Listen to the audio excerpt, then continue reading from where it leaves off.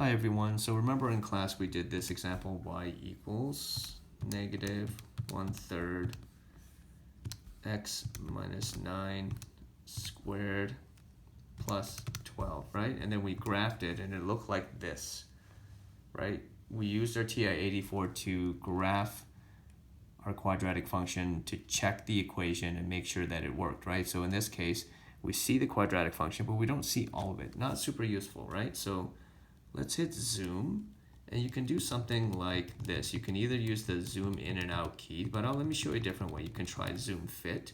Sometimes this works, sometimes, and in this case, it doesn't work. It's still not useful because I'm only showing half of my graph, right? So let's go back to zoom standard. Let's put it back to default. Okay, so how do I make this graph fit? So this is where the window key comes into play. Think about the window as adjusting exactly what it says, the window. How much of the x-axis on the negative side you want to show, how much of the x-axis on the positive side you want to show, how much of the y-axis on the positive side you want to show, and how much of the y-axis on the negative side you want to show. And one last thing, all these tick marks, right now it's set for default 1 unit. You can change those units as well if you want. So let's go to window.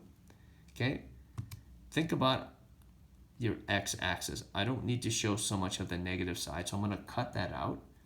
On the positive side, I need more of the positive so I can get the rest of the parabola. On the y-axis, I need a little bit more on the positive side, and I need a little bit more on the negative side because I want to show the y-intercept. So let's adjust those settings. So I said I don't need so much of the x on the minimum side, the negative side, so I'll say -5. I'll shrink it. X max, this is what you'll have to play around with. I'm going to say 30. I think that'll work. The scale, each tick mark is 1 unit. Let's leave that alone. Y min, remember we need to just see the y-intercept, so I'm going to show more of the negative side. So I'm going to just say -20. Y max, I need to show that maximum value, right? So I want to go a little bit higher, so I'm going to say 20. And let's leave the y scale alone, okay? Let's graph it. Does that help? Okay, now we got an entire parabola. Let's see if we have all our key points. Okay, you want to see your y-intercept. There it is. In this case, we have 2 x-intercepts, and I can clearly see them right here. And then in this case, it's a downward opening parabola, so I can see my maximum value.